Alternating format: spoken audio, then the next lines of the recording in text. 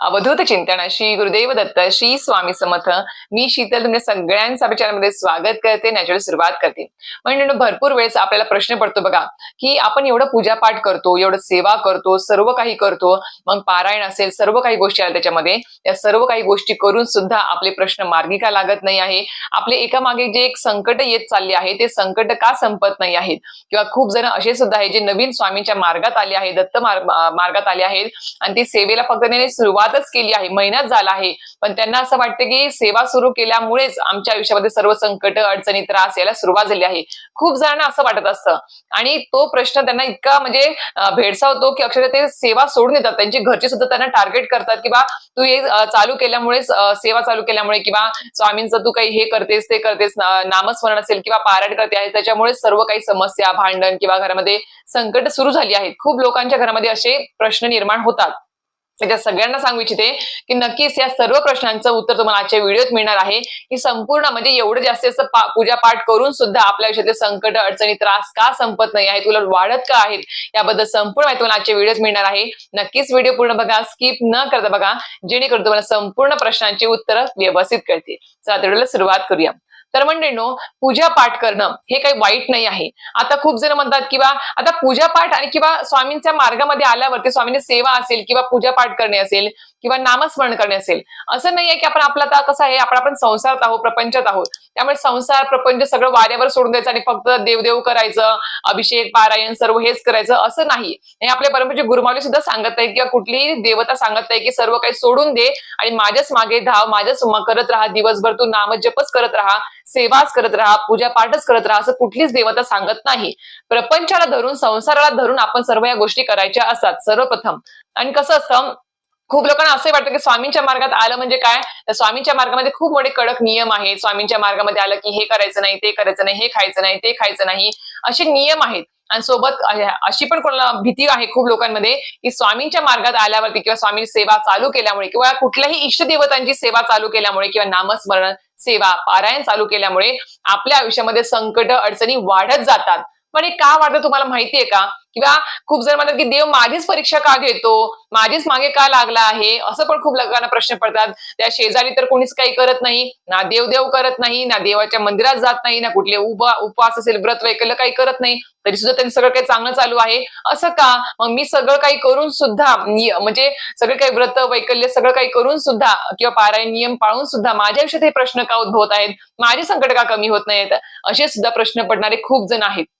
तर मी तुम्हाला सांगू इच्छिते, परमेश्वराला, देवी देवतांना सर्व व्यक्ती, सर्व जीव जे आहे ते समान आहेत. कोणी लाडका, कोणी दोडका असं कोणी सुद्धा नसतं. फक्त कसं आहे, परमेश्वराला माहिती असतं की आपल्या सानिध्यामध्ये एखादी व्यक्ती आली आहे, काहीतरी तिची तुमची समजा तुमचं काही अडचण होती, तुमची काहीतरी इच्छा होती किंवा तुमचं काहीतरी समस्या असेल, ते निराकरण करण्यासाठी तुम्ही कुठेतरी ऐकलं की स्वामींचा मार्ग असा असा आहे, त्यामध्ये असं केलं की सर्व आपले संकट दूर होतात, इच्छा पूर्ण होतात. मग तुम्ही स्वामींच्या मार्गात आले, स्वामींची सेवा करायला सुरुवात केली आणि तुम्ही स्वामींचा हात एकदा तुम्ही धरला, स्वामींना गुरु मानलं. हळूहळू तुम्ही महिनाभर ती सेवा केली, पण तुमची काही तुम्हाला फलप्राप्ती झालीच नाही, तुमच्या इच्छा पूर्ण झाल्याच नाही किंवा संकट दूर झालीच नाही. मग तुम्ही काय करता, महिनाभरामध्येच तुमचं हळूहळू विश्वास उडायला सुरुवात होऊन जातं.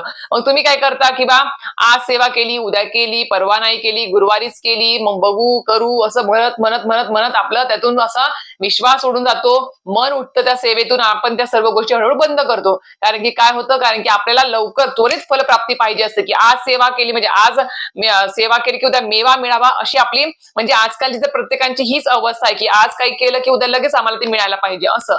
आणि आपला आजकाल संयम राहिला नाही आहे, प्रत्येक व्यक्तीमध्ये संयम खूप कमी प्रमाणात आहे. मग कुठलीही व्यक्ती घ्या, संयम खूप महत्वाची गोष्ट आहे, ज्याला पेशन्स म्हणतात, खूप महत्वाचं आहे प्रत्येक गोष्टीमध्ये. अध्यात्मामध्ये तर खूप महत्वाचं आहे, कारण की अध्यात्मामध्ये जर संयम, पेशन्स ठेवला तरच त्याची तुम्हाला खूप मोठ्या प्रमाणामध्ये अपेक्षेपेक्षा जास्त फलप्राप्ती मिळत असते, अपेक्षेपेक्षा जास्त तुम्हाला सगळं काही मिळत असतं. आता तुम्ही स्वामींचा हात पकडला महिनाभरापूर्वी आणि तुम्ही तो महिन्याच्या अखेरीपर्यंत सोडून सुद्धा दिला, पण स्वामी महाराज असे आहेत की तुम्ही जर तुम्ही हात समोर केला, त्यांनी तुमचा हात धरला, तर ते तुमचा हात धरूनच ठेवणार, तुम्हाला सोडणार नाही. आणि स्वामींना माहिती आहे की एखादा भक्त आपल्याकडे त्याची समस्या, अडचण घेऊन आला आहे आणि तो आल्यानंतर ती समस्या ते लगेच सोडवत नाही स्वामी महाराज, कारण की त्यांना माहिती आहे की ह्याचे प्रारब्धाचे भोग भरपूर आहेत. एक नाही, दोन नाही, मागच्या 7 जन्माचे तुम्ही प्रारब्धाचे भोग घेऊन जन्माला आलेले आहात आणि ते भोग भोगल्याशिवाय तुम्हाला मुक्ती नाही, कोणालाच मुक्ती नाही आहे. जीव जंतू कोणी असू दे, त्यांना त्यांचे प्रारब्धाचे भोग भोगल्याशिवाय कोणालाच मुक्ती नाही या जन्मामध्ये. म्हणून तुम्हाला मनुष्य जन्म त्यासाठीच तुमचा झालेला आहे की तुम्ही जे काही कोणाचं घेणं देणं लागत आहात, कोणाला त्रास दिला आहे, तो त्रास तुम्हालाही या जन्मात भोगायचा आहे. तुम्ही कोणाचं काही बरं वाईट केलं असेल मागे 7 जन्मामध्ये, तर तुमचं सुद्धा या आयुष्यामध्ये तसंच काहीतरी गोष्टी घडणार आहेत. प्रत्येकाचं याच जन्मामध्ये सगळी काही परतफेड करूनच आपल्याला मोक्ष प्राप्ती होणार आहे. म्हणून सांगते की आपल्या मागचे 7 जन्माचे प्रारब्धाचे भोग स्वामी महाराज आपल्याकडून लवकरात लवकर ते भोग भोगून घेतात आणि ते भोग आपल्या समोर ते लवकरात लवकर आणतात. ज्यावेळेस आपण स्वामीच्या मार्गामध्ये येतो, स्वामीच्या सानिध्यात येतो, स्वामीच्या सेवेमध्ये येतो आणि ती सेवा आपण रोज सुरू केल्यामुळे काय होतं, स्वामी महाराजांना वाटतं किंवा कुठल्याही इष्टदेवतेला परमेश्वराला वाटतं की माझ्या भक्ताला एवढं मी कणखर करावं, एवढं मजबूत करावं की त्याच्यासमोर कुठलंही संकट आलं किंवा त्यांना माहिती आहे की त्याच्या आयुष्यामध्ये पुढे जाऊन काय येणार आहे भविष्यकाळामध्ये, ते संकट त्याने झेलण्यासाठी अक्षरशः मजबूतपणे त्याने तयार राहावं, डगमगू नये, यासाठी स्वामी समर्थ महाराज तुमची परीक्षा घेत असतात किंवा कुठलीही देवता तुमची परीक्षा ही घेत असतं. कारण की त्यांना त्यांच्या भक्ताची काळजी आहे. कोणी कोणाचं मुद्दामून वाईट करायला बसलेला नाही आहे, कुठलीही देवता नाही बसली आहे. फक्त त्या भक्ताला एवढं कडक बनवायचं, एवढं मजबूत बनवायचं आहे की येणारं जे काही त्याचे प्रारब्धाचे भोग आहेत पुढचे, त्यासाठी तो खंबीरपणे उभा राहायला पाहिजे आहे. कारण की प्रारब्धाचे भोग भोगताना परमेश्वर सुद्धा त्याच्यामध्ये लुडबुड करत नाही. फक्त काय करू शकतात, तिथं तुम्हाला भोगावेच लागणार आहेत, फक्त त्याची झळ तुमच्यापर्यंत कमी प्रमाणात ते पोहोचू शकतात. का?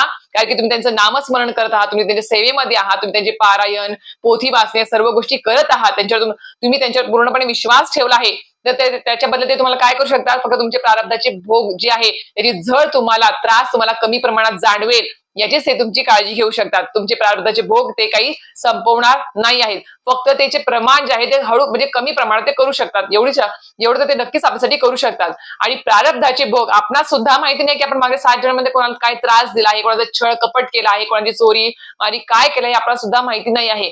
फक्त आपल्याला या जन्मामध्ये ते भोगायचं आहे आणि तो त्रास, तो भोग आपल्याला लवकरात लवकर भोगून आपल्याला लवकर संकटमुक्त करायचं असतं आपल्या परमेश्वराला, आपल्या इष्टदेवता, आपल्या गुरूंना.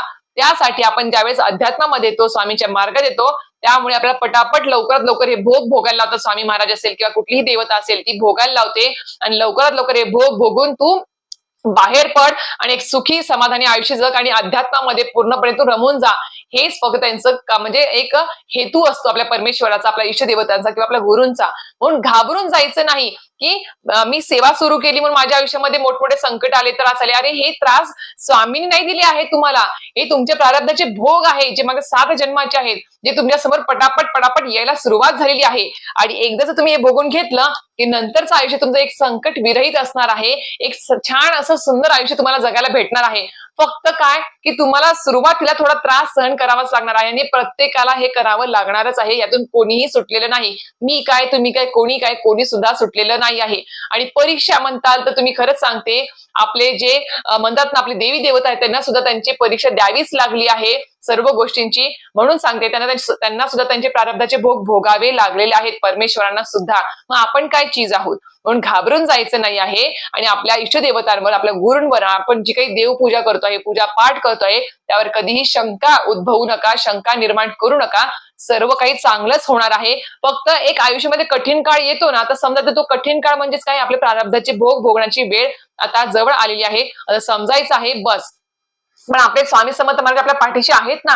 आपण जर आपला योगक्षेम संसाराचा, आपल्या आयुष्याचा त्यांच्या चरणी वाहिला आहे ना एकदा, तर संपला विषय. आपण फक्त आपलं कर्तव्य करायचं, रोजची नित्य सेवा, पंचमहायज्ञ, कुळाचार, त्यांचं नामस्मरण, पारायण, हे सर्व आपण रोजच्या रोज चालू ठेवायचं आहे. बाकी त्यांच्या कुठल्या गोष्टीवर आपण शंका उपस्थित करायची नाही की आज आता ताबडतोब मला हवं आहे, आज आता ताबडतोबच मला लगेच मिळायला पाहिजे, असं नाही. कारण की आपल्या गुरूंना माहिती आहे की आपल्याला काय म्हणजे काय आपल्यासाठी चांगलं आहे, काय नाही आहे, हे सगळं त्यांना माहिती आहे. आणि अजून एक गोष्ट म्हणजेच काय की आपण जे मागतो आहे त्याच्या कितीतरी पटीने जास्त त्यांनी आधीच विचार करून ठेवलेला आहे, ते आपल्याला देण्यासाठी तयार आहेत. फक्त ते योग्य वेळ आली पाहिजे आणि ती योग्य वेळ आली की तुम्हाला एवढं भरभरून ते देतात ना की तुम्ही म्हणतात की अरे मी ते थोडंच मागत होतो, स्वामींनी एवढं मोठं दिलं मला.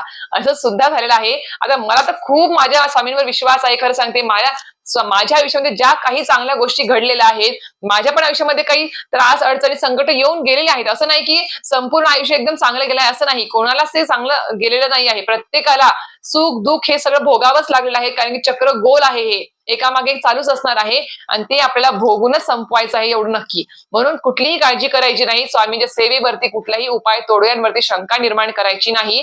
फक्त आणि फक्त निस्वार्थपणे आपली सेवा असेल, आपली श्रद्धेने ती भक्ती करायची आहे, सेवा करायची आहे, बस एवढं सांगेल मी तुम्हाला.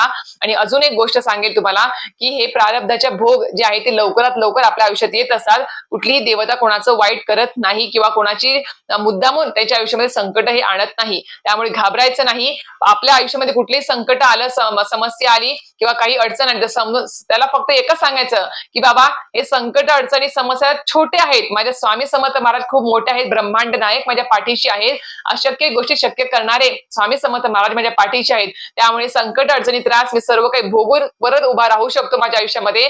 मी हारणार नाही, डगमगणार नाही. हे आपल्याला खरं तर आपल्या मनामध्ये ठाम पाहिजे की कितीही संकट येऊ दे, काही प्रारब्धाचे भोग कितीही मोठे असू देत, माझ्या पाठीशी माझे स्वामी समर्थ महाराज आहेत. त्यामुळे मी कधीही ह्याच्यातून हलणार नाही. माझी स्वामी सेवा असेल किंवा माझ्या गुरूंचा हात, माझ्या स्वामींचा हात मी कधी सोडणार नाही. हा विश्वास आपल्याला पाहिजे आहे. तर तुमच्या आयुष्यामध्ये खरं सांगते सगळं काही सुरळीत होणार आहे. त्यामुळे सांगते की पूजा पाठ करणाऱ्या लोकांच्या आयुष्यामध्ये संकट का येतात ते तुम्हाला कळालं असेल. हे प्रारब्धाचे भोग आहेत, कुठल्या प्रकारचे संकट अडचणी त्रास नाही आहेत, ते सगळ्यांना भोगूनच संपवायचे आहेत. आणि हो, जे अध्यात्मात नाही आहे, ज्यांचं आता सगळं काही चांगलं चालू आहे, जे देवदेव करत नाहीयेत, त्यांना सुद्धा आयुष्यामध्ये त्यांच्या सगळ्या काही गोष्टी भोगाव्या लागणारच आहेत. आज नाही तर उद्या नक्कीच त्यांना भोगाव्या लागणार आहेत. फक्त काय आहे, ते अध्यात्मात नसल्यामुळे त्यांचे प्रारब्धाचे भोग अजून त्यांना भोगायला लागले नाही आहेत, त्यांची सुरुवात झाली नाही आहे. पण त्यांची सुरुवात ही होणार आहेच, प्रत्येकाला होणार आहे. प्रत्येकाला भोगूनच ते संपवायचे आहेत. म्हणून सांगते की कोणाकडे दुसऱ्याकडे बघण्यापेक्षा आपल्याकडे काय आहे आणि आपल्याला स्वामी समर्थांनी किती दिलं आहे आणि आपलं किती काही चांगलं आयुष्य केलं आहे याच्याकडे जास्त लक्ष द्या, तरच तुम्ही एक समाधानकारक आयुष्य जगू शकाल असं मला तरी वाटतं. तर नक्कीच आजचा व्हिडिओ माहिती आवडली असेल तर व्हिडिओला लाईक शेअर सबस्क्राईब करायला विसरू नका. श्री स्वामी समर्थ.